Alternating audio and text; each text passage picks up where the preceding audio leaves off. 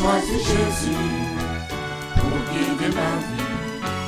Mon bien-aimé Jésus, il est à moi, je suis à lui. J'ai choisi Jésus pour guider ma vie. Mon bien-aimé Jésus, il est à moi, je suis à lui. J'ai choisi Jésus pour guider ma vie. Mon bien-aimé Jésus, il est à moi, je suis à lui.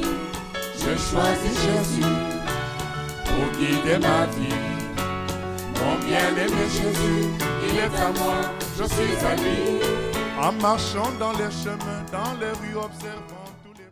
Nous te bénissons, Seigneur, pour ta fidélité. Nous prions que tu nous diriges dans ce temps d'écoute de ta parole.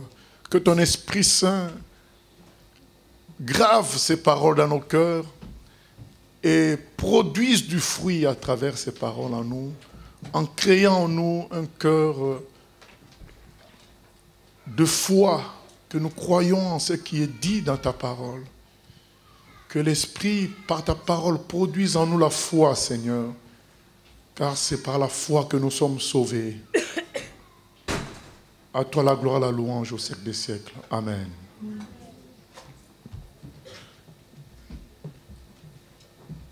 Nous allons prendre Luc, le livre de Luc, évangile de Luc, au chapitre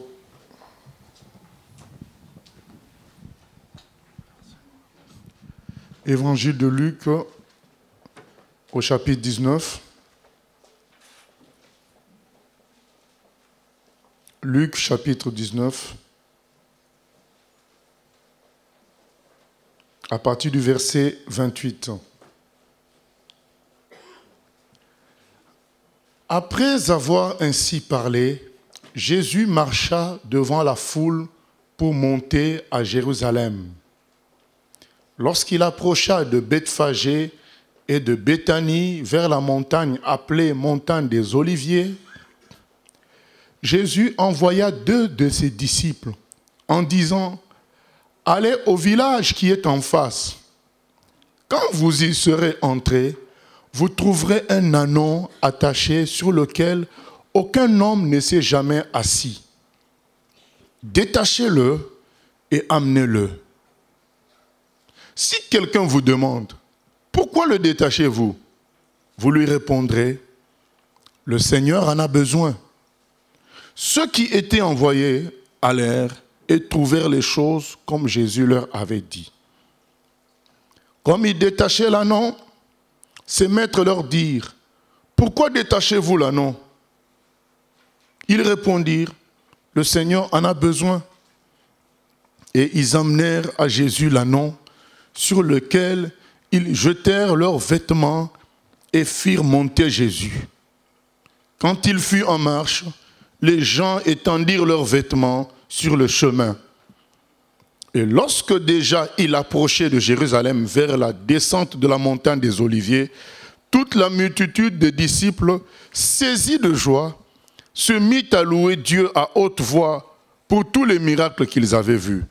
Ils disaient « Béni soit le roi qui vient au nom du Seigneur, paix dans le ciel et gloire dans les lieux très hauts. » Quelques pharisiens du milieu de la foule dirent à Jésus, « Maître, reprends tes disciples. » Et il répondit, « Je vous le dis, s'ils se taisent, les pierres crieront. » Jésus va s'approcher de Jérusalem et il veut montrer à ses disciples que c'est lui le Seigneur, le Dieu vivant.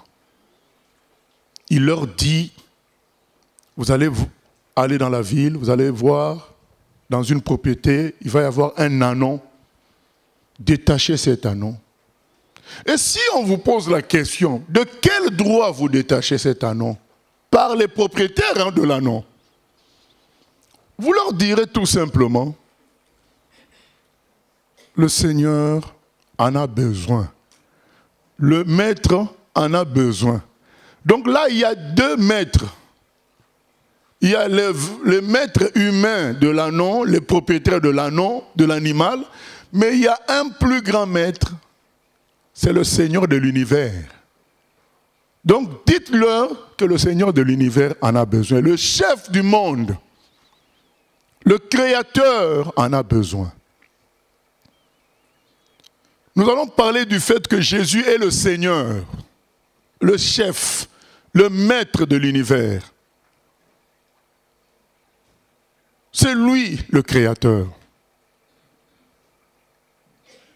Certains pourraient croire que Jésus connaissait le propriétaire de l'ânon, de l'animal.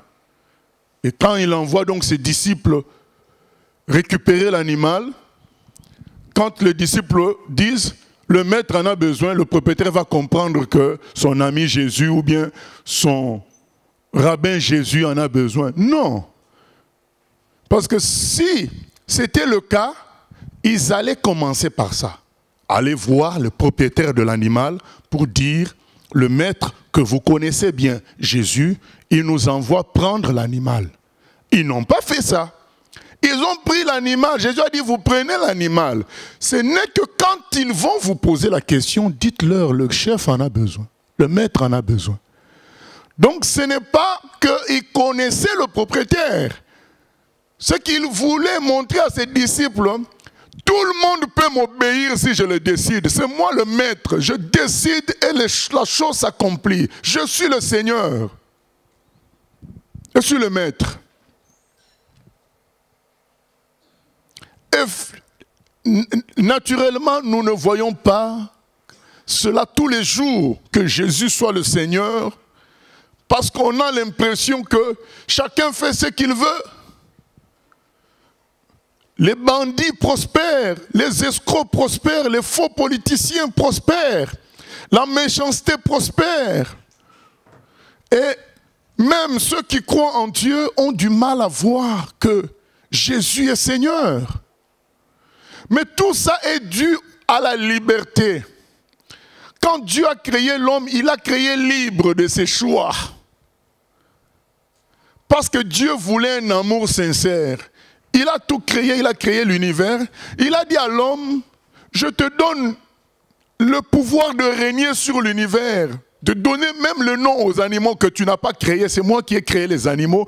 Mais je te donne l'ordre, le pouvoir de leur donner les noms, de gérer l'univers. Mais attention, je suis ton Seigneur. Voilà ce qu'il a dit à l'homme. Attention, c'est moi le chef. C'est pourquoi tu ne toucheras pas à tel arbre, au fruit de tel arbre.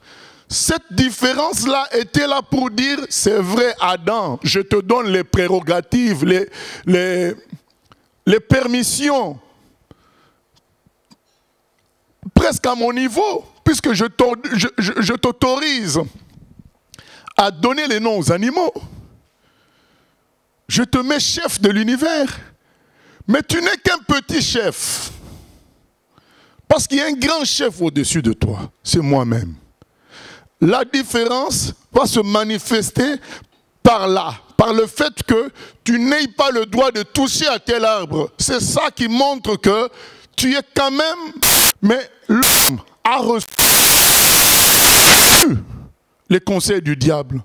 Le diable a dit à l'homme, mais non, il veut vous empêcher d'être comme lui, des chefs au même niveau que lui. C'est pourquoi il vous a dit de ne pas manger le fruit de l'arbre. Adam a voulu être chef au même niveau de Dieu. C'est pourquoi Dieu l'a chassé du jardin d'Éden. Et à partir de ce jour, Dieu a laissé l'homme faire ce qu'il voulait, dans le sens que ce qui était à l'homme, premièrement, a été contaminé par le péché, et Dieu voulait montrer à l'homme, voilà les conséquences de ton péché. Et deuxièmement, pourquoi Dieu a laissé à l'homme de faire ce qu'il veut? Parce que Dieu voulait que l'homme constate l'échec qui suit le fait que Dieu ne soit pas dans l'affaire. C'est pourquoi les vrais hommes de Dieu comme Moïse, quand Dieu lui a dit, écoute Moïse, je t'avais promis la terre promise. Mais comme je vois que ton peuple est mauvais, je te l'accorde la terre promise, mais moi je ne serai pas avec vous. Moïse a dit non. Moïse a fait mieux qu'Adam. On lui donnait la capacité d'être chef. On lui donnait la capacité d'avoir la terre promise, mais sans Dieu. Comme ça, c'est lui qui sera le premier chef. Mais Moïse a dit non. Seigneur, si tu ne nous accompagnes pas, si tu n'es pas notre chef dans cette affaire, moi je m'arrête là, je refuse aussi. Voilà ce que Dieu attend de tout homme. Il a laissé la liberté à l'homme. Vas-y, tu es libre, fais ce que tu veux, tu es autonome. Tu veux être autonome, vas-y. Mais tu constateras que ton autonomie va te détruire toi-même. Ton indépendance va détruire ton entourage. Et je te jugerai pour ça. Voilà, bien-aimé, là où la seigneurie de Dieu revient quand même. Même quand il a tout laissé libre à l'homme, il a dit, mais je te jugerai. Parce qu'après tout, c'est à moi tout ça. Je te laisse libre de gérer même ta propre vie. Mais sache que je suis le Seigneur. Pour ce que tu feras de ce que moi je te laisse libre de faire, je te jugerai pour ça. Aujourd'hui, tu peux faire ce que tu veux, mais je te jugerai un jour. Lisons Ecclésiaste 12. Ecclésiaste 12. Il est écrit ceci, à partir du verset 1er. Jeune homme, quand on dit jeune homme, on parle de tout le monde. Hein. Mais là, il est question du jeune homme parce que les gens pensent que parce qu'ils sont jeunes, Dieu les comprendra, donc ils n'auront pas de problème avec Dieu. Mais c'est écrit, jeune homme, réjouis-toi dans ta jeunesse, livre ton cœur à la joie pendant les jours de ta jeunesse. Marche dans les voies de ton cœur et selon les regards de tes yeux. Mais sache que pour tout cela, Dieu t'appellera en jugement. Oui, Dieu dit à tout homme, fais ce que tu veux. D'accord, vous ne voulez pas que je sois votre chef. Vous ne voulez pas que je vous dirige. Faites ce que vous voulez. Mais vous allez constater que vous allez produire la destruction. Dans vos raisonnements, dans vos réflexions, dans vos libertés que vous allez prendre par rapport à ma parole, par rapport à ma volonté. Vous allez dire, il y en a qui disent, Dieu a dit ça, mais moi je pense. Tous ces gens-là, d'accord, allez-y avec les moi je pense. Négligez la parole de Dieu. Il y en a qui prétendent même qu'ils ont reçu des révélations, mais ces révélations contredisent la parole. Dieu vous dit, continuez avec vos inspirations et révélations qui contredisent la parole de Dieu. Continuez, mais sachez que à la fin de tout, je te jugerai. Je vais vous juger, parce que c'est moi qui suis le maître. Je suis le Seigneur. Donc, c'est pour nous dire, Dieu n'a pas laissé tomber le fait qu'il soit Seigneur. Ce n'est pas parce que nous voyons que chacun fait ce qu'il veut sur la terre que Dieu a laissé tomber le fait qu'il était le maître de tout. Il n'a pas laissé tomber. Et puisque l'homme n'a pas voulu que Dieu soit son maître, Dieu le laisse. Il te dit, bon, d'accord, fais par toi-même. Mais toutefois, ne détruis pas ce que moi j'ai créé avec puissance, avec amour. Fais par toi-même. Vous savez, c'est écrit dans 1 Corinthiens. Celui qui détruit le corps, son propre corps, il détruit le temple de Dieu. Donc il aura des comptes à rendre. Les gens qui disent, je fume, c'est ma vie. Dieu dit, d'accord, tu détruis le corps que moi j'ai créé, avec puissance et beauté. Tu auras des comptes à rendre. Donc Dieu n'a pas renoncé au fait à sa seigneurie. Il reste Seigneur. Mais nous sommes dans une parenthèse. Dans une parenthèse où Dieu veut montrer à l'homme que sans moi, vous allez échouer. Sans moi, regardez comment l'univers est rempli de mal, de souffrance, de tremblements de terre, de meurtre, de vol, de haine, de jalousie. Regardez sans moi ce qui se passe. Alors, humiliez-vous et revenez à moi. Voilà ce que Dieu est en train de dire. Humiliez-vous et revenez à moi. Arrêtez de conduire votre vie par moi-même. Décidez de vous remettre sous mon autorité. Et il parle ainsi, pas seulement aux gens qui sont dans le mal dehors, qui sont en train de tuer ou de se droguer. Il parle même aux gens qui se disent chrétiens, mais qui sont dans les faux raisonnements, qui en réalité viennent du fait que Dieu n'est pas vraiment leur chef. Ils ont cru qu'il est le Créateur, mais ils n'ont pas encore accepté Jésus comme Seigneur. Ils ont cru que Dieu les a sauvés par son Fils à la croix, mais ils ne l'ont pas accepté comme Maître. Or, Dieu nous rappelle qu'il est le Maître ce matin. Il est le Seigneur. Tout est à lui. Il est écrit dans Ésaïe 1. Ésaïe 1.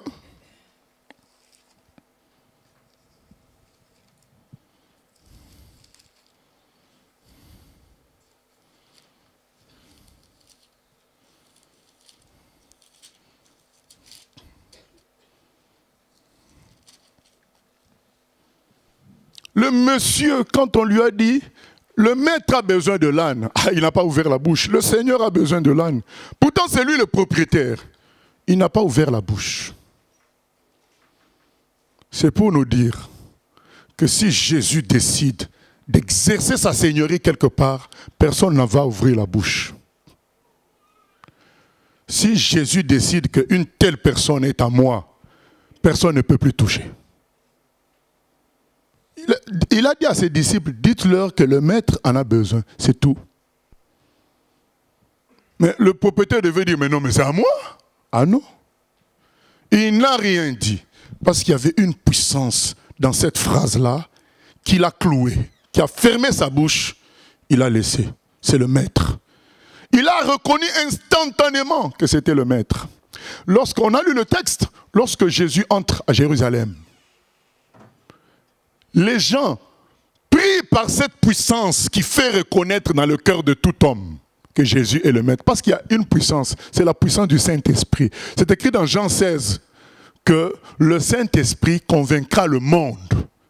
Qui est le juge? Qui est le Maître? Il convaincra le monde du jugement. Donc il y a cette puissance qui existe.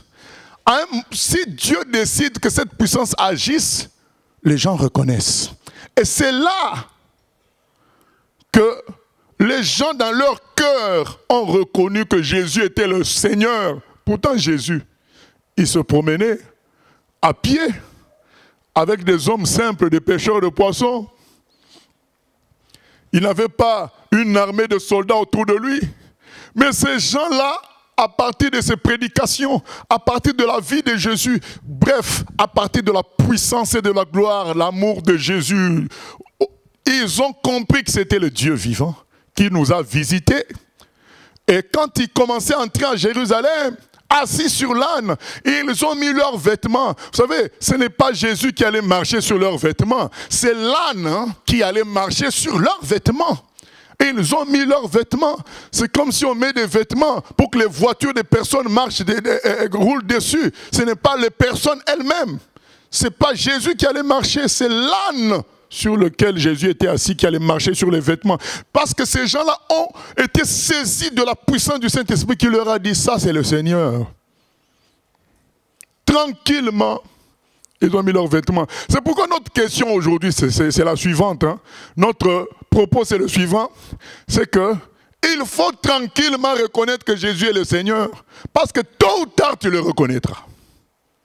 Parce qu'il a la puissance pour te faire reconnaître. Mais il veut que tu comprennes et que tu le fasses de toi-même. Ainsi, tu as une vraie relation avec lui.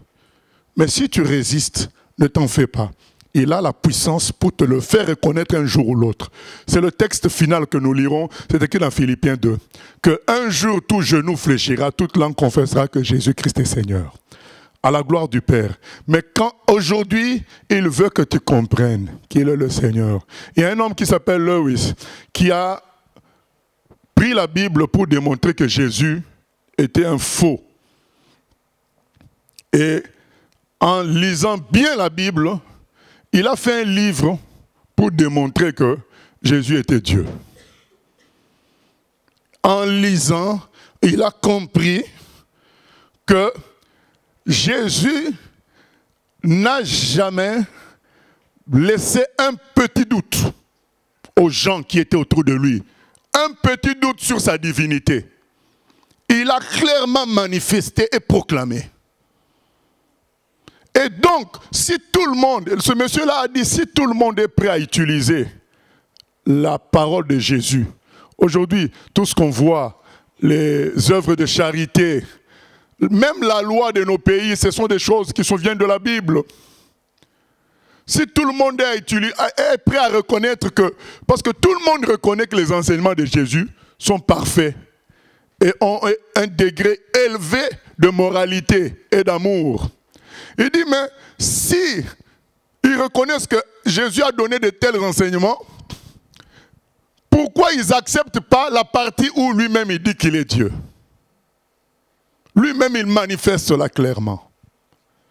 C'est le refus d'avoir un chef. L'homme a en lui un orgueil. C'est l'orgueil qu'on a hérité d'Adam. Le refus d'avoir Dieu comme chef, comme maître. Maintenant Dieu dit, bien-aimé, nous on n'est pas là pour flatter. On dit la parole. Maintenant Dieu dit, que tu reconnaisses ou pas qu'il est le maître, tu reconnaîtras. Aujourd'hui, un jour tu reconnaîtras. Parce qu'il viendra dans sa gloire et dans sa puissance. Que tu le négliges aujourd'hui, parce qu'il y a des chrétiens aussi qui négligent. Ils sont bien d'accord pour beaucoup de choses, mais la partie où Dieu est le maître de leur vie, ils ne veulent pas. Mais un jour, ces mêmes chrétiens reconnaîtront. Ils diront, ah, je crois que j'ai conduit ma vie par moi-même et j'ai échoué. Seigneur, reviens, prends le contrôle. Mais nous souhaitons que ce soit un jour très rapide pour chacun d'entre nous. Parce que dès que Jésus est ton maître, c'est ce qu'on va expliquer aussi. Ah, ça devient excellent. Quand il devient ton maître, le nom de Jésus est marqué sur toi. Ben, tout est ouvert pour toi. Sa protection, sa gloire, son amour. Tu deviens le fils du roi des rois et ça change tout dans la vie d'une personne. Donc c'est écrit dans Ésaïe chapitre 1er, au verset 2. Cieux, écoutez, terre, prête l'oreille, car l'Éternel parle. Dieu parle. J'ai nourri et élevé des enfants, mais ils se sont révoltés contre moi. Dieu a créé les hommes. Il a créé la terre. Les fleurs que l'homme est en train d'adorer. Les voitures que l'homme est en train de chérir, c'est fabriqué par quoi? Par les choses que Dieu a créées sur terre. Le soleil, il y a des gens en France qui sont prêts à mourir pour le soleil. Ils préparent les vacances à la rentrée, c'est-à-dire qu'on arrive au mois de septembre, ils préparent déjà les vacances du mois de juin. Tout ça pour le soleil et l'autoroute A6. Donc ça devient bloqué en ce moment-là. Mais ce soleil, il vient d'où? Il vient de Dieu. C'est ce que Dieu est en train de dire. Moi, j'ai fait tout ça, mais les gens se sont révoltés contre moi. Verset 3, le bœuf, c'est là où Dieu se moque de nous. Il dit qu'on est moins intelligent que les animaux. Le bœuf connaît son possesseur et l'âne la crèche de son maître. Mais Israël ne connaît rien, c'est-à-dire l'homme ne connaît rien. Mon peuple n'a point d'intelligence. L'homme est de la race de Dieu parce qu'il a été créé à l'image de Dieu. C'est ce que l'apôtre Paul dit dans Actes des Apôtres. Il dit, nous sommes de sa race.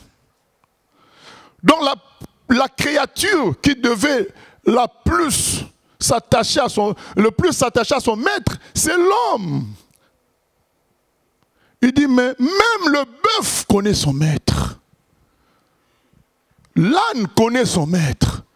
Mais comment l'homme peut ignorer son maître?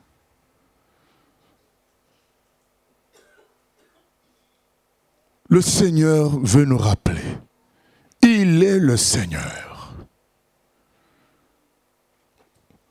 Reconnais-le comme Seigneur de ta vie. Il est le Seigneur. Et il veut que sa seigneurie se manifeste d'une manière positive, agréable. et non pas le jour du jugement d'une manière négative dans le sens où il va frapper par sa seigneurie. Il jugera. Aujourd'hui, il veut que sa seigneurie sauve. Il veut te dire, sois réaliste. Tu as échoué. Tu as échoué. L'homme a échoué dans ses tentatives de trouver le bonheur. Une maladie succède à une autre. L'espérance de vie s'allonge. D'accord, la durée de vie s'allonge. Mais c'est quelle vie? Une vie dans l'impotence. Avec, vous savez, il y a même une sorte d'objet qu'on a fabriqué, j'ai oublié le nom. Ça sert à mettre ses comprimés. Ça s'appelle comment? Pilulier. Ah, bien aimé, je ne pense pas que ce mot-là existait dans les années 20. Hein. Donc, un petit objet où tu mets tes comprimés pour que tu te rappelles le lundi, il y a 14 comprimés, le mardi, 12, le mercredi, 16. Et à quelle heure? C'est ça la vie qu'on a prolongée. Je rigole. Et Dieu rigole. Il dit, ah bon, c'est ça la vie que vous avez prolongée. Nous qui croyons, nous prolongerons éternellement notre vie au ciel. Là, il n'y aura pas de pilulier. Au ciel, tu respires et tu n'as plus besoin de médicaments. La gloire de Dieu t'entoure. Tu peux dormir sur un tigre. Il ne va rien te faire. Parce que le tigre du ciel, il est doux. Vous savez vous vous imaginez un oreiller, ton oreiller, c'est le tigre. Mais l'homme ici veut créer au Club Med, je ne sais pas quoi aujourd'hui, Dubaï et tout ça, mais c'est zéro tout ça. Parce que ça ne sauve pas.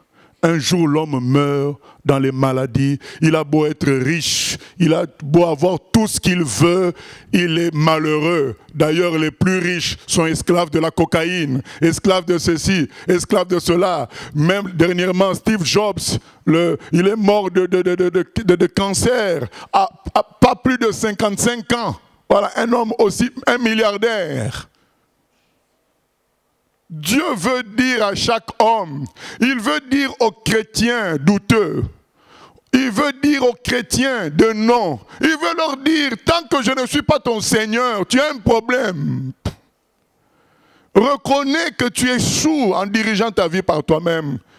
Les gens qui sont tout le temps à dire, je pense, au lieu de lire la parole, de dire ce que dit la parole. Ils sont tout le temps à dire, je trouve que, je pense que. Non, c'est ce que la parole dit qui compte. Et nous, on suit. Dieu veut être le Seigneur. Dites-moi, pourquoi Jésus va faire une telle chose? Va leur dire, allez prendre l'âne d'autrui. Et si on vous pose la question, dites le Seigneur en a besoin. Il veut dire à ses disciples, je suis le Seigneur. Vous devez le comprendre. Attention. Parce que vous savez, les gens qui nous comprennent le moins, parfois, c'est les sont les plus proches. C'est la famille de Jésus qui a contesté Jésus au départ. Parce qu'on le voit chaque jour. On le voit chaque jour. Il mange comme tout le monde veut. Alors on finit par négliger à qui on a affaire. Et il voulait comprendre à ses propres disciples, attention, je suis le Seigneur. Attention, attention. Je suis votre ami aujourd'hui. Je suis votre pasteur aujourd'hui. Je suis votre sauveur aujourd'hui. Mais je suis le Seigneur, je suis le Dieu vivant. D'ailleurs, quand le monsieur va vous demander, pourquoi vous prenez l'anneau, dites, le Seigneur en a besoin. Bien-aimés, cette exhortation, c'est pour ceux qui évangélisent. Bien-aimés, Dieu est tout-puissant pour sauver. Il est le Seigneur. Il est le Seigneur. Il ne faut pas hésiter là-dessus. Il ne faut pas se confier dans les techniques d'évangélisation. Il faut se confier dans l'Esprit. Ce que l'Esprit te demande de dire, il faut le dire. Jésus est le Seigneur. Il peut convaincre n'importe quel cœur.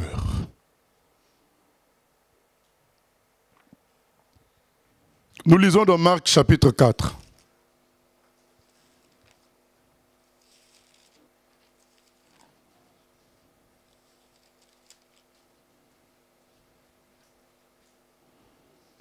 Marc chapitre 4,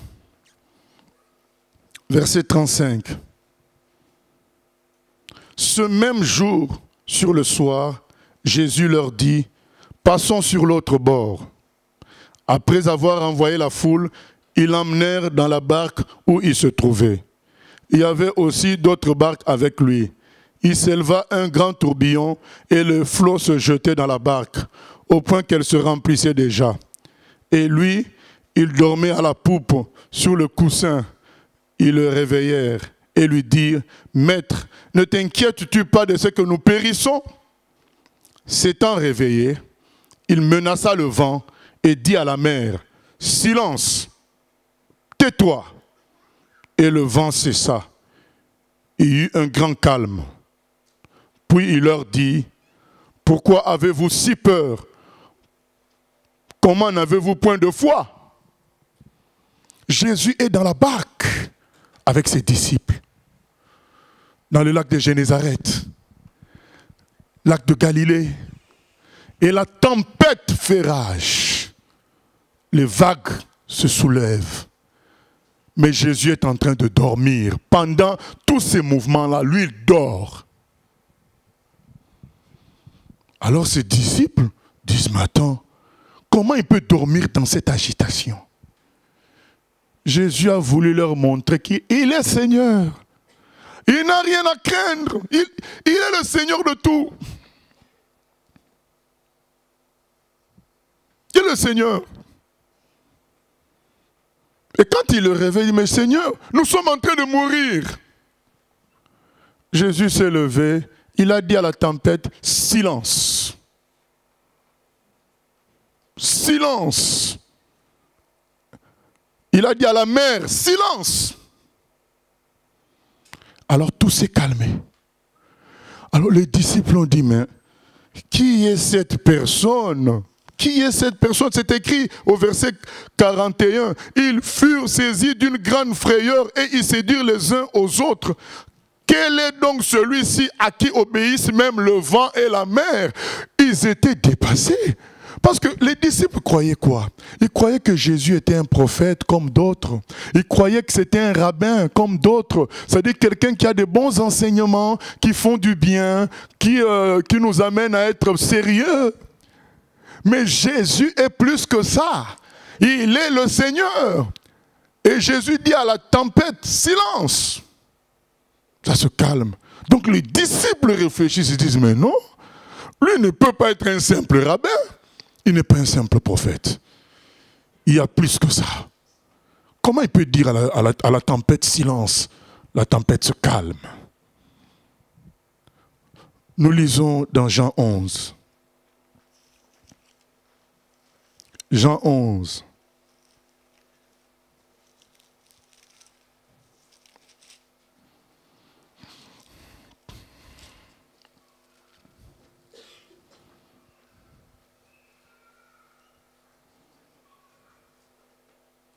À partir du verset 17, il s'agit de la mort de Lazare. Lazare, un ami de Jésus, il est mort. Mais avant sa mort, on a dit à Jésus, ton ami est malade, viens le guérir, viens prier pour lui. On peut comprendre encore que tu guérisses. Mais s'il meurt, tu vas faire quoi? Jésus a laissé le temps passer. Et Lazare est mort. Et donc, c'est normal quand il arrive au verset 17, on lui dit, mais il fallait venir avant. Verset 17, Jésus étant arrivé, trouva que Lazare était déjà depuis 4 jours dans le tombeau. Et comme Béthanie était près de Jérusalem, à 15 stades environ, beaucoup de Juifs étaient venus vers Marthe et Marie pour les consoler de la mort de leur frère. Lorsque Marthe apprit que Jésus arrivait, elle alla au-devant de lui, tandis que Marie se tenait assise à la maison. Marthe dit à Jésus, « Seigneur, si tu avais été ici, mon frère ne serait pas mort. Tu aurais prié pour lui, il serait guéri. » Verset 22. Mais maintenant même, je sais que tout ce que tu demanderas à Dieu, Dieu te l'accordera. Jésus lui dit, ton frère reviendra à la vie. Je sais, lui répondit Marthe, qu'il ressuscitera à la résurrection au dernier jour. Or, Jésus est en train de lui dire, non, c'est maintenant qu'il va revenir à la vie. Marthe se dit, oh, d'accord, au dernier jour, tout le monde ressuscitera pour le jugement. Mais Jésus dit au verset 25, Jésus lui dit, je suis la résurrection et la vie. Celui qui croit en moi vivra même s'il meurt. Elle lui dit, oui Seigneur. Et verset 26, et quiconque vit et croit en moi ne mourra jamais. Crois-tu cela? Elle lui dit, oui Seigneur, je crois que tu es le Christ, le Fils de Dieu qui devait venir dans le monde. Marthe a du mal à imaginer que son frère puisse être ressuscité après 4 jours. Attends, quelqu'un est mort, ça fait 4 jours. 4 jours. Et elle fait des théories sur le jugement, la fin des temps, au dernier jour, Dieu ressuscitera les morts. Non, Jésus lui dit c'est maintenant. Verset 28, ayant ainsi parlé, verset 27 plutôt, oui, verset 28, ayant ainsi parlé, elle s'en alla, puis elle appela secrètement Marie, sa sœur, et lui dit, le maître est ici, et il te demande. Dès que Marie eut entendu, elle se leva promptement et alla vers lui. Car Jésus n'était pas encore entré dans le village, mais il était dans le lieu où Marthe l'avait rencontré. Les Juifs qui étaient avec Marie dans la maison et qui la consolaient, l'ayant vue se lever promptement et sortir, la suivirent, disant, « Elle va au tombeau pour y pleurer. » Lorsque Marie fut arrivée là où était Jésus et qu'elle le vit, elle tomba à ses pieds et lui dit, « Seigneur, si tu avais été ici, mon frère ne serait pas mort. » Donc, une façon de dire, « Mais pourquoi tu as traîné comme ça pour venir ?» Verset 33, Jésus, la voyant pleurer, elle et les Juifs qui étaient venus avec elle, frémit en son esprit et fut tout ému. Et il dit, « Où l'avez-vous mis ?» Seigneur, lui répondirent-ils, « Viens et vois. » Jésus pleura. Il a dit que Jésus a pleuré. C'est le seul verset où il pleure. Jésus pleura. Et c'est le verset le plus court de la Bible. Jésus pleura. Jésus a pleuré de voir que l'humanité était désespérée face au mal, face à la mort, face aux maladies, face aux mauvaises circonstances. L'humanité est désespérée. Et Jésus pleure de ce que les gens ont oublié, que Dieu était au-dessus des mauvaises circonstances. Il pleure du fait que les gens ont oublié qu'ils ont un sauveur. Ils ont un maître. Le maître de la mort existe. Le maître de Satan existe. Le maître de la méchanceté, le plus grand que la méchanceté, tout puissant, il existe. Celui qui peut briser la méchanceté, il existe. Celui qui a donné le passage Proverbe 16, 7. Si Dieu est d'accord avec tes voies, il peut même disposer tes ennemis favorablement à toi. Il y a le maître de tes ennemis qui existe. Et Jésus pleure de voir que, comme on dit ici dans le monde, quelqu'un qui a faim, mais qui dort sur un lit en or. Jésus dit, mais il ne sait pas qu'il a un lit en or. Ils ne savent pas que le maître existe. Pourquoi sont-ils désemparés face à la mort? Jésus a pleuré de voir l'humanité sans la foi. Sans la foi. Une humanité qui existe. Les gens qui se débrouillent par eux-mêmes, avec leur technique, avec leur logique. Jésus dit, mais pourquoi ne me demandez-vous pas? Il pleure de voir que Dieu est là et les gens continuent à souffrir et à se lamenter. Mais pourquoi ne pas crier à Dieu? Pourquoi ne pas faire appel au maître? Et c'est ce que Jésus veut. Il veut être pour toi le Seigneur, le bon maître. Ne laisse pas qu'il soit un jour pour toi le maître juge. Qu'il soit pour toi le Seigneur sauveur. Ça c'est agréable. Et il pleure. Il dit, mais où vous avez mis le corps? On lui dit, viens, tu vas voir. Verset 36. Sur quoi les Juifs dirent, voyez comment il l'aimait. C'est vrai qu'il l'aimait. Verset 37. Et quelques-uns d'entre eux dirent, lui qui a ouvert les yeux de l'aveugle, ne pouvait-il pas faire aussi que cet homme ne meure point? Jésus, frémissant de nouveau en lui-même, se rendit au tombeau. C'était une grotte et une pierre était placée devant. Jésus dit, ôtez la pierre. Marthe, la sœur du mort, lui dit, Seigneur, il sent déjà, car il y a 4 jours qu'il est là. Jésus lui dit, ne t'ai-je pas dit que si tu crois, tu verras la gloire de Dieu? Ils ôtèrent donc la pierre, et Jésus leva les yeux en haut et dit, Père, je te rends grâce de ce que tu m'as exaucé. Pour moi, je savais que tu m'exauces toujours, mais j'ai parlé à cause de la foule qui m'entoure, afin qu'ils croient que c'est toi qui m'as envoyé. Ayant dit cela, il cria d'une voix forte, Lazare, sors! Et le mort sortit, les pieds et les mains liés de bandes, et le visage enveloppé d'un linge. Jésus leur dit, déliez-le et laissez-le aller. Jésus crie d'une voix forte, Lazare, sors! C'est-à-dire que Jésus donne un ordre au corps de Lazare. Réveille-toi! Ça, c'est l'attitude du maître. Donc même les molécules lui obéissent. Même le cœur lui obéit. Même un corps qui pourrit. Ça faisait 4 jours qu'il était mort. Un corps qui pourrit reprend vie. Parce qu'il obéit au maître. Alors, bien-aimé, si Jésus peut commander un corps qui pourrit et le corps obéit, qu'est-ce qu'il ne peut pas faire? Donc tu n'as pas compris qu'il est le maître. Il est le maître de l'univers. Quand les disciples ont vu ça, ils ont compris à qui ils avaient affaire. Ils avaient affaire au maître de l'univers. C'est ainsi que quand il les envoie en mission, ils y vont. Ils y vont. Ils savent qu'il y a le maître de l'univers qui est avec eux. Lazare sort.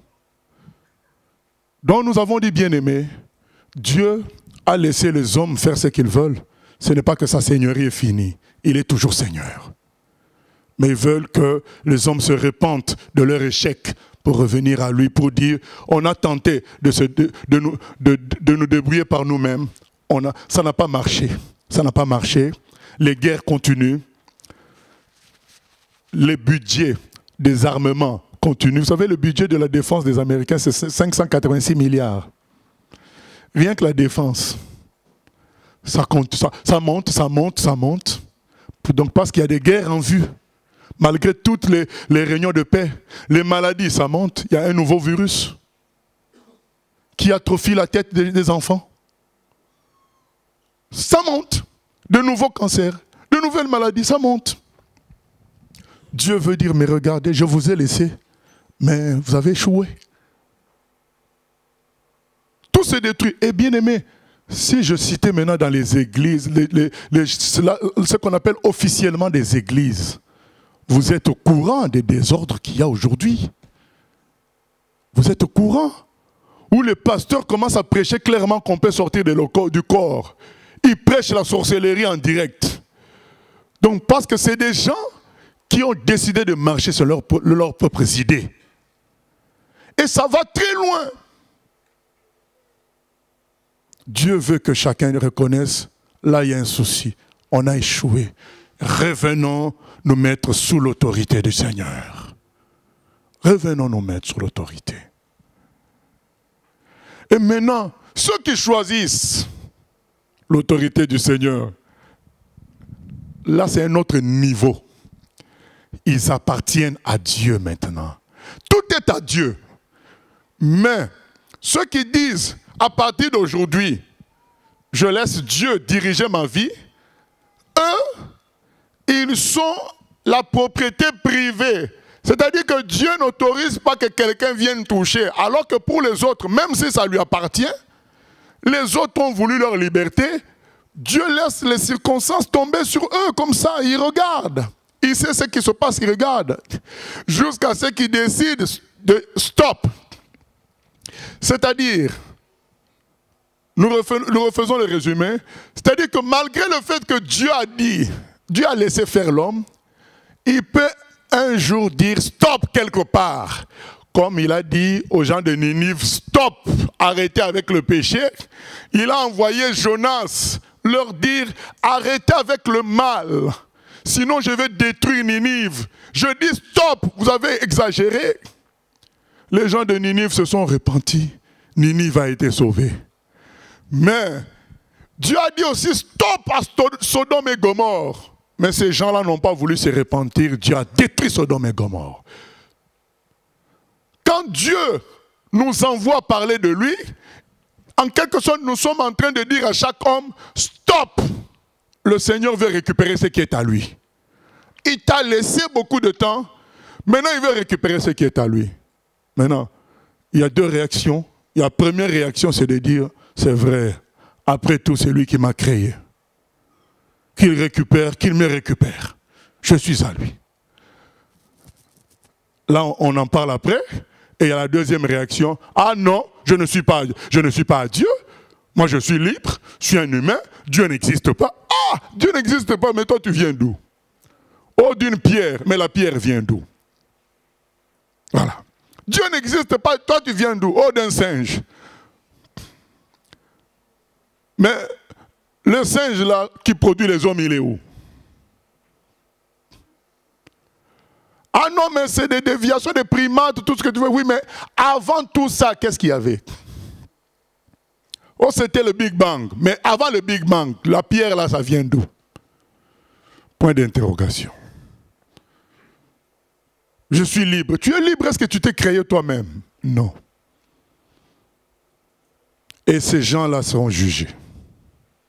Et les autres qui ont dit, ah, c'est vrai, j'ai échoué. Seigneur, prends le contrôle. Ceux-là deviennent la propriété de Dieu. Ceux-là, maintenant, ils reçoivent une capacité. C'est quelle capacité? C'est de venir auprès de Dieu, de rappeler à Dieu, je suis à toi, protège-moi. Je suis à toi, donne-moi à manger. Et ils ont tout. Mais ils ont une autre capacité encore. C'est de dire à Dieu, même pour les endroits où les gens n'ont pas voulu de Dieu, c'est de dire à Dieu, c'est quand même à toi, fais quelque chose. Dieu va faire. C'est ça les gens qui évangélisent. Ils vont dire à Dieu, mais mon frère ne comprend pas, mon cousin ne comprend pas, un tel ne comprend pas ta parole, il ne croit pas. Mais puisqu'il est quand même, c'est toi qui l'as créé, que ton esprit le convainc, et Dieu va agir. C'est la capacité que Dieu a donnée à ces gens-là qui ont reçu le cachet sur eux. Ils ont dit, nous laisserons Dieu être notre maître. Ceux-là, ils peuvent attirer la vie là où il y a la mort. Ils peuvent attirer Dieu là où on a rejeté Dieu. Et c'est ce que Dieu leur demande. Il leur dit, c'est-à-dire que Dieu est en train de dire à ces personnes-là, je suis le Seigneur, n'ayez pas peur. Vous pouvez m'inviter et je viendrai. Personne ne peut me bloquer. Et nous lisons donc dans Luc 7, un frère qui est pour nous un exemple que nous devrions tous suivre. Luc 7.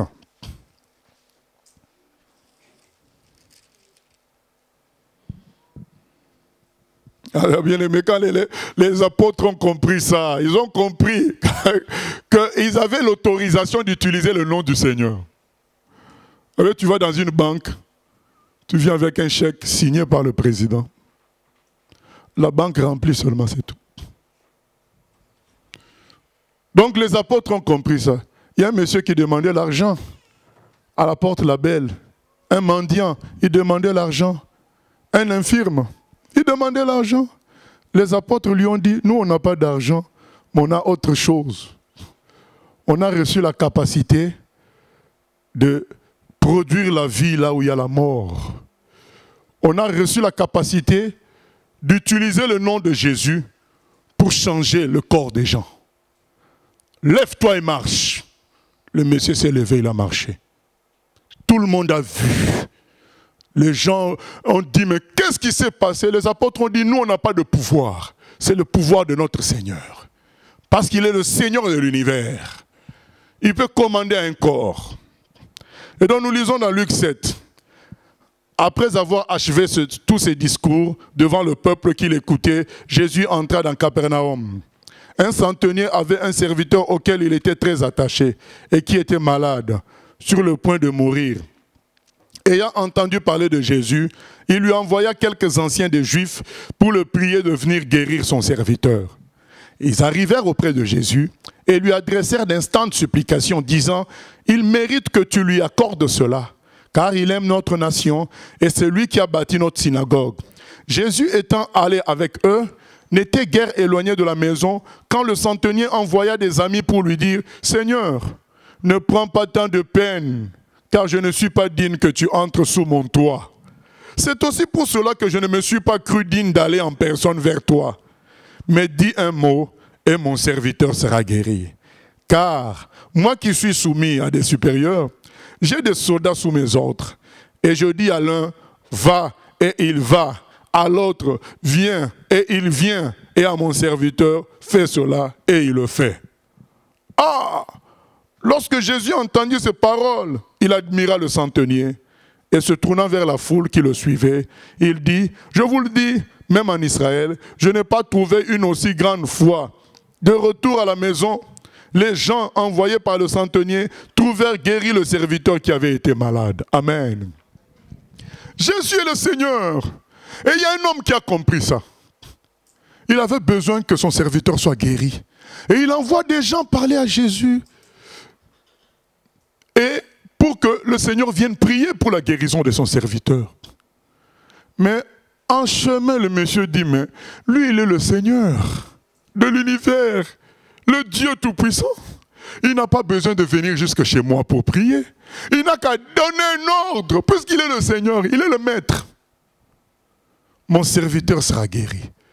Tout ce qui était dans le dysfonctionnement, dans le corps de mon serviteur, va se redresser à l'ordre du Seigneur. Quelle compréhension!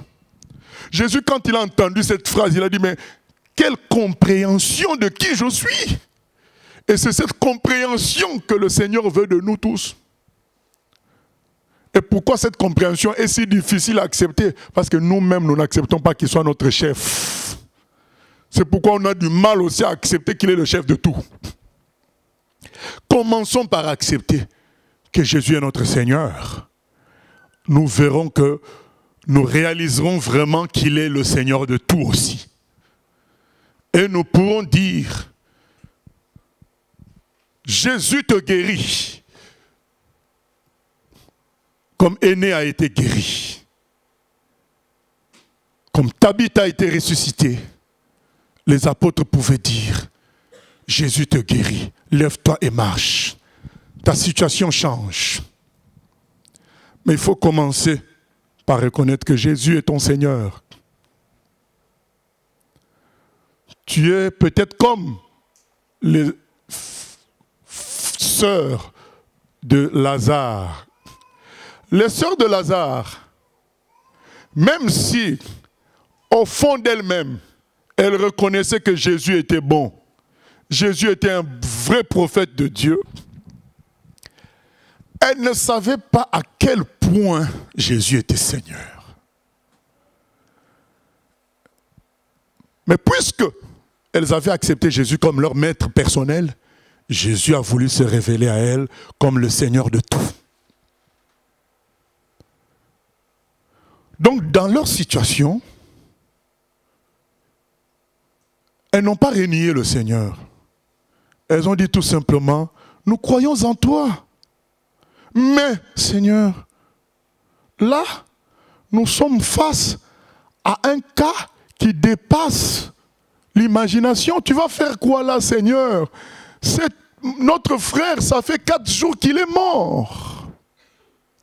Vous savez, dans notre vie à nous tous, il peut y avoir des situations dont on dit en français qu'elles sont inextricables apparemment. C'est tellement entremêlé.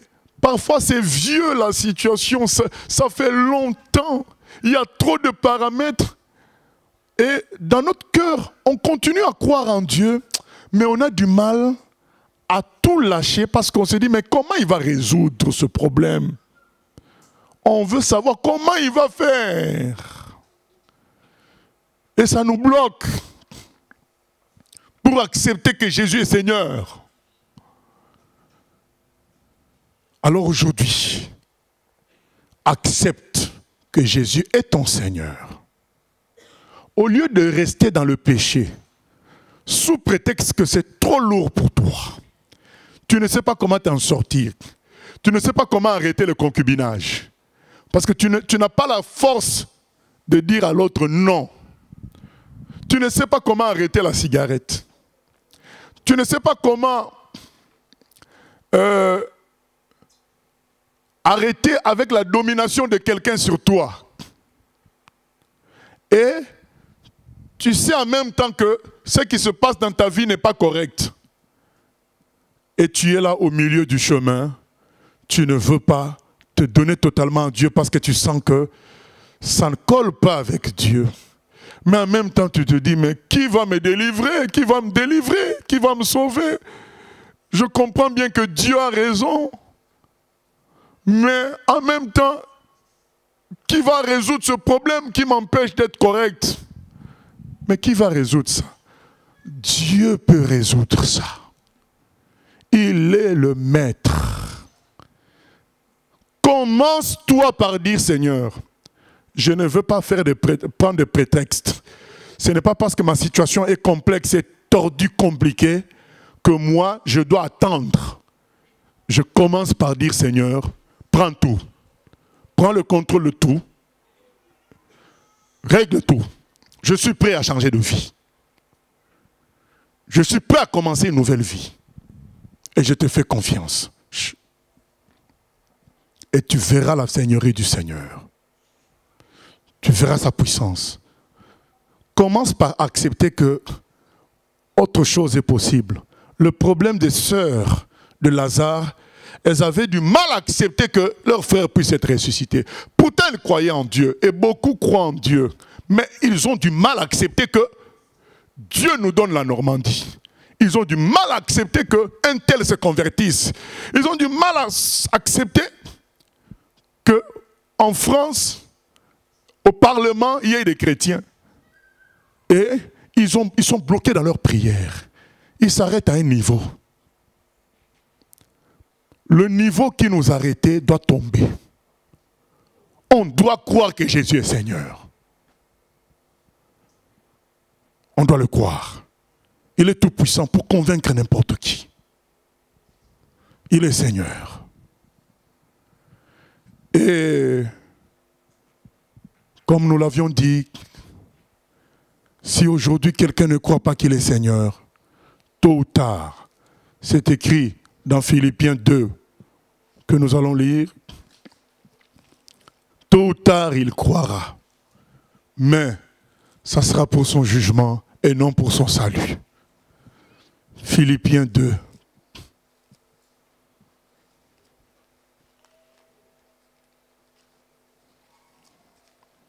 Nous avons lu le témoignage, écouté le témoignage de notre bien-aimé Afshin, un Iranien, membre du Hezbollah, un tueur, un magicien musulman.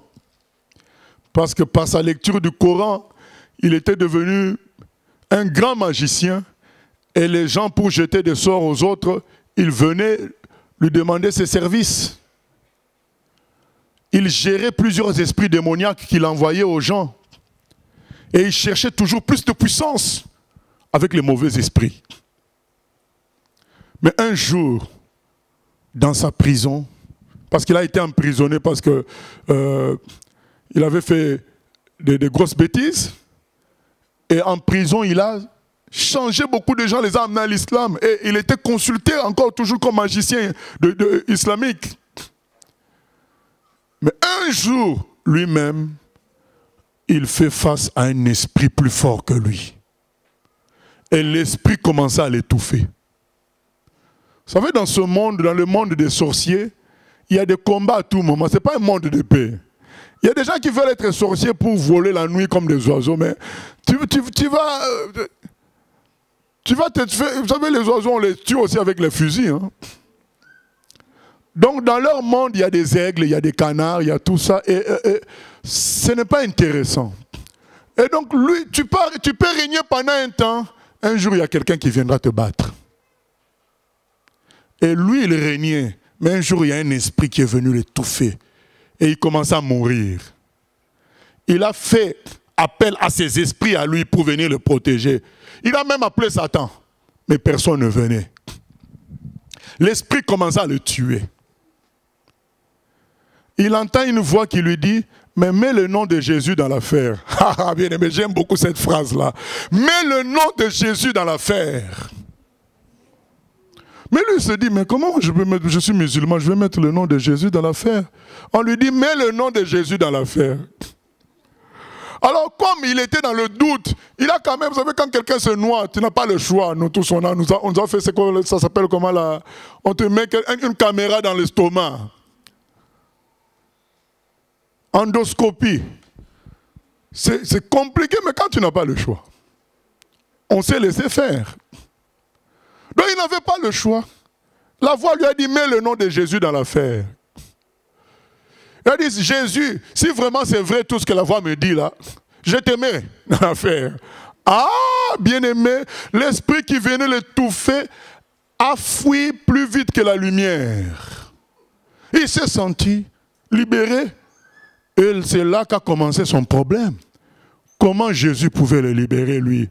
Bien-aimé, vous vous rendez compte qu'un homme, un mauvais magicien, mais un jour dans sa vie, Jésus a décidé que c'était fini. Le règne des autres, le règne des mauvais esprits, le règne du mal. Jésus a dit c'est fini chez cet homme-là. Ah, il est le Seigneur. Hein? Il dit c'est fini. En fait, nous, le pouvoir que nous avons, c'est de le rendre Seigneur dans des endroits. Dire Seigneur, je veux que tu sois Seigneur là-bas. Je veux que tu sois Seigneur là-bas.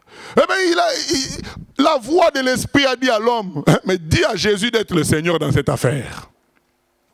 L'Esprit a fui plus vite que la lumière.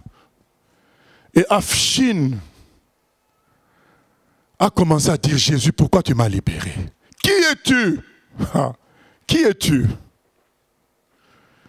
Et Jésus lui est apparu. Jésus a dit, mais moi je suis mort à la croix pour tes péchés. Désormais je suis Seigneur, assis à la droite du Père. Désormais en mon nom, tout genou fléchira. Toute langue confessera que Jésus est Seigneur. Va annoncer la parole. Et Afshin est devenu un enfant de Dieu. Bien-aimé, c'est pour nous dire que Jésus est Seigneur. Il nous demande de l'accepter comme le Seigneur de notre vie. Et pour ceux qui l'ont fait, il nous dit ceci. Je peux être Seigneur là où vous voulez que je sois Seigneur. C'est à nous de l'inviter dans nos maisons, de l'inviter dans nos vies, de l'inviter là où on travaille, de l'inviter pour dire Seigneur, je veux que tu sois Seigneur là, dans cette affaire. Mets Jésus dans l'affaire. Et dans toute affaire, mets-le. Tu verras sa seigneurie. Mets Jésus dans l'affaire. Maintenant, il y a un groupe qui malgré tout refuse quand même. Là, Dieu vous dit qu'au dernier jour, vous reconnaîtrez que Jésus est Seigneur, mais ça sera à votre perte. Nous lisons dans Philippiens 2.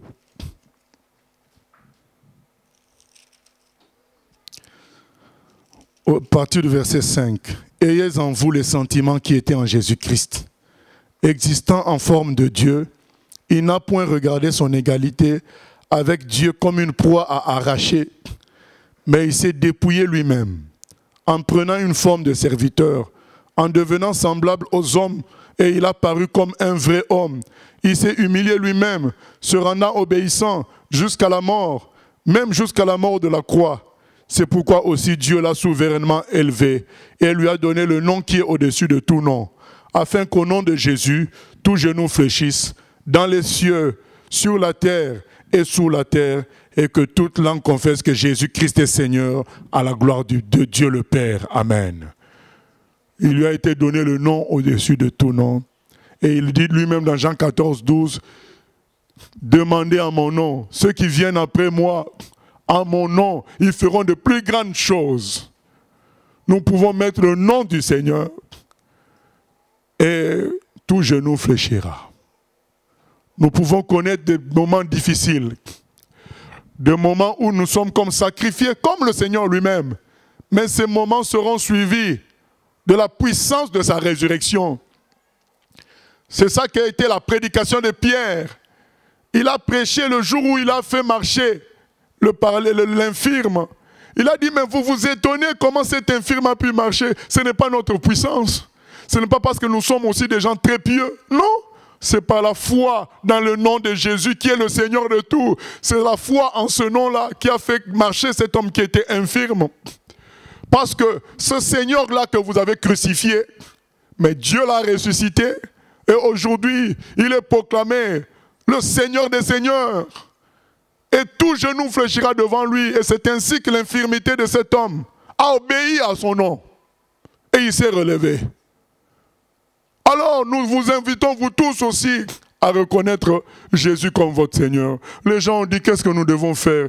Pierre a dit, convertissez-vous et soyez baptisés au nom de Jésus. Amen. Et c'est ce que Dieu te dit aujourd'hui. Que dois-tu faire? Accepte que Jésus soit maintenant ton Seigneur. Et nous bénissons le Seigneur parce qu'il continue ses miracles. Aujourd'hui encore, nous avons 2 baptêmes. Et le premier baptême, c'est une de nos filles, une jeune de l'église qui se donne à Dieu. Et bien aimé, nous bénissons le Seigneur parce qu'elle est la suite d'une succession, d'une série d'autres baptêmes de jeunes. On dit aujourd'hui que les jeunes n'aiment que le plaisir, la légèreté, la distraction. Mais Jésus est Seigneur. Un jour, il dit stop. Bien-aimé, ça fait longtemps qu'on travaille pour Dieu dans ce lieu. Je ne peux pas vous dire que ce n'est pas le fruit des prières spéciales qui produit cette série de baptêmes. Non, nous avons continué à servir le Seigneur, à prier, à crier à Dieu, comme on a fait autrefois. Mais nous reconnaissons la Seigneurie de Dieu.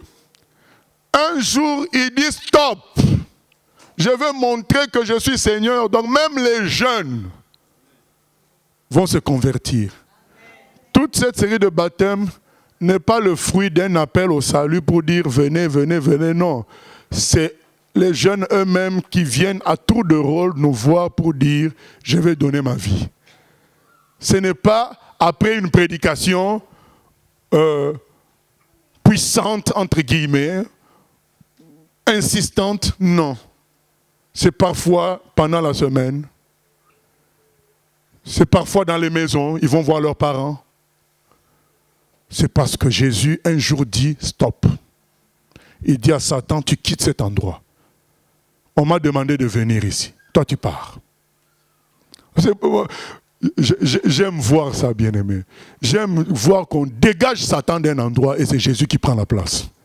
Voilà, c'est ce qu'on va voir aujourd'hui. Et l'autre, c'est encore une démonstration de la Seigneurie du Seigneur. Parce que c'est quelqu'un qui était dans le catholicisme à fond, qui allait même perdre son argent à Lourdes. Mais un jour, Jésus lui dit, tous ces trucs-là, c'est faux. C'est un jeune de 15 ans dans la Trinité Tobago. Sa mère, c'était une prêtresse hindoue. Et beaucoup d'Africains ont peur des hindous, là. Parce qu'en Afrique, l'Inde, c'est le siège de Satan. Donc, tout le monde a peur de l'Inde. La haute magie, c'est en Inde. Et cet enfant-là, sa mère était une prêtresse hindoue. Donc, elle n'était pas seulement hindoue, mais prêtresse. Elle invoquait directement le diable. Mais son enfant de 15 ans a été invité dans une campagne d'évangélisation. Et Jésus a dit stop dans sa vie. Il a dit c'est moi qui viens maintenant là-bas. Et l'enfant a accepté Jésus comme le Seigneur. Et quand l'enfant revient le soir à la maison, il voit sa mère dans la position de prière en train de faire ses mantras, comme on dit.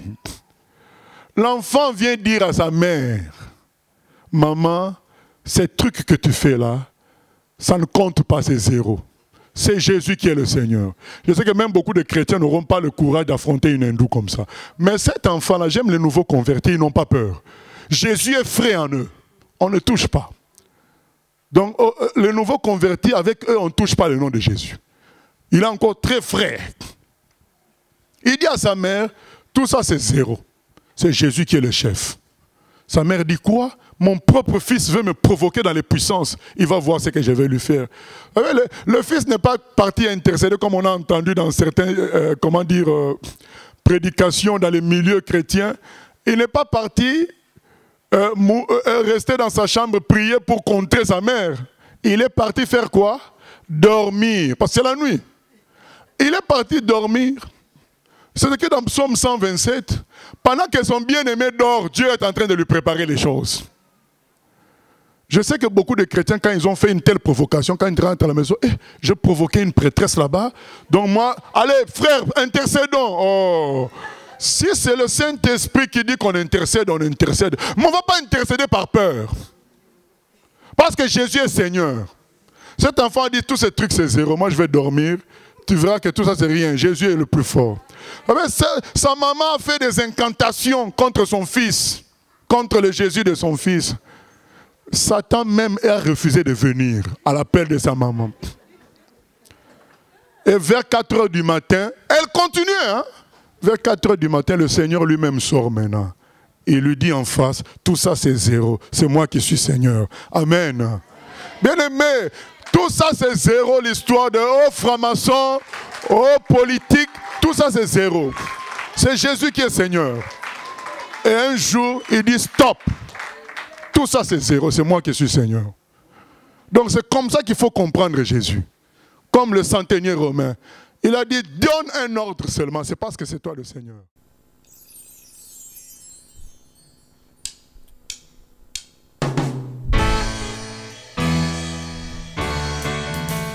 J'ai choisi Jésus pour guider ma vie. Mon bien-aimé Jésus, il est à moi, je suis à lui. J'ai choisi Jésus.